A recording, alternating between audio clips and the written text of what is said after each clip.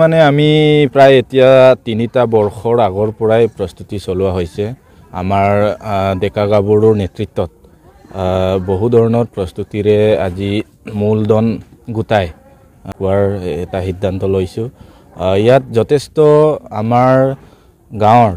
বয়োজ্যেষ্ঠৰ পৰা আদি কৰি ডেকা গাভৰু সকলোৰে অৰিহণা আছে সকলোৱে যে মাংগলিক কাৰ্য আমাৰ মিচিং সম্প্ৰদায়ৰ পৰাকটো অতিকৈ প্ৰয়োজনীয় পৰাক অনুষ্ঠিত কৰাটো আমাৰ গাঁৱৰ মংগলময় পূজা বুলি আমি বিশ্বাস কৰি এটো বহু 3 বছৰ আগৰ পৰা প্ৰস্তুতিৰে এই বৰ্ষত উদযাপন কৰিবলৈ সিদ্ধান্ত গ্ৰহণ কৰিছো ইয়াত আমাৰ মূল বাজেট হিচাপে 6 লাখ ধৰিছো যেহেতু আমাৰ মিচিং জাতিৰ যেহেতু মাংগলিক কাৰ্যত গাহৰি কুকুৰা ইত্যাদি প্ৰয়োজন হয় তেনে স্থলত আজিৰ দিনত গাহৰিৰ দামো বহুত হৈ গল গতিকে ৰাইজে সজাগ হৈ 3 বছৰ আগৰ পৰাই এবোৰ কেনে ধৰণে পৰিচালিত কৰা হ'ব এনে ধৰণে পুঁজি সংগ্ৰহ কৰা হৈছে আৰু আমাৰ অঞ্চলৰ বিশিষ্ট ব্যক্তিসকলক আমন্ত্ৰণ কৰা হৈছে তেখেত সকলো ইয়াত উপস্থিত হৈ আমাক দিহা পৰামৰ্শ দিব আৰু উপস্থিত হৈ পৰাক বিষয়লৈ ৰাইজক অৱগত কৰিব আৰু সমূহ অঞ্চলবাসীক সমূহ ৰাইজক সমূহ মিচিং সমাজক আমাৰ এই ভগৱান মিচিং গাঁৱৰ পৰাক উৎসৱটিলৈ এই পূজাটিলৈ আহি সু পৰামৰ্শ দি আমাৰ এইখন পৰাকটিক সাফল্যমণ্ডিত কৰিবৰ কাৰণে আমন্ত্ৰণ জনাইছো এইখন গাঁও ভগৱান মিচিং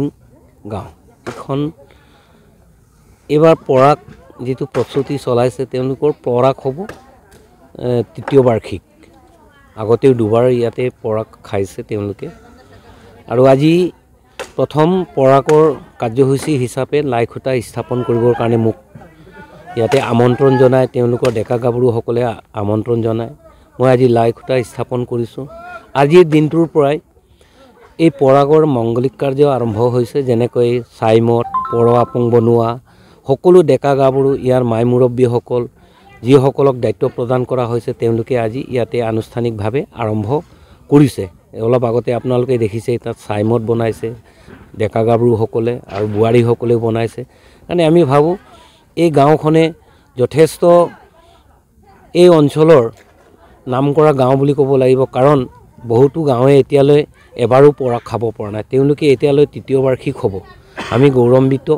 এই ভগৱান মিচিং গাঁওখনৰ যেটো তেওঁলোকে পৰম্পৰা মানি মিচিং জাতীয় উৎসৱ আমাৰ সেই পৰাক উৎসৱটি তেওঁলোকে তৃতীয়বাৰলৈ আকৌ তেওঁলোকে 11 12 13 মাৰ্চ 11 12 13 মাৰ্চ বুলি এতিয়া এইখিনি ডেটখিনি তাৰিখখিনি ঠিক কৰা হৈছে গতিকে আমি ভাবো এই ডেকা গাভৰুসকলে যেন এই পৰাক উৎসৱটি আমাৰ লোকবিশ্বাস আছে যে পৰাক যদি গাঁওখনত খাব পাৰে তেতিয়া আমাৰ ডেকা গাভৰুসকলৰ যিকোনো মাই মৰক এনেকুৱা বা বেমাৰ নহয় উন্নতিৰ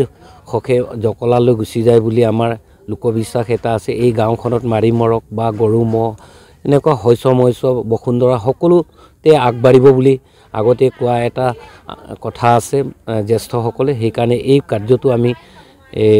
প্ৰায় গাঁওবিলাকত এতিয়া প্ৰায় আমাৰ আৰম্ভ হৈছেগে মাজতে অলপ বিলুপ্ত হৈ আছিল এতিয়া গাঁওবিলাকতো আমাৰ মিচিং অট'নমাছ কাউন্সিলৰ দ্বাৰা মুৰংঘৰ সকলোতে নিৰ্মাণ হৈছে এতিয়া সুবিধা হৈছে গতিকে তেওঁলোকৰ এই পৰাক উৎসৱটি যাতে সুকলমে পাতিব পৰা হয় সেই বিষয়লৈ আজি প্ৰথম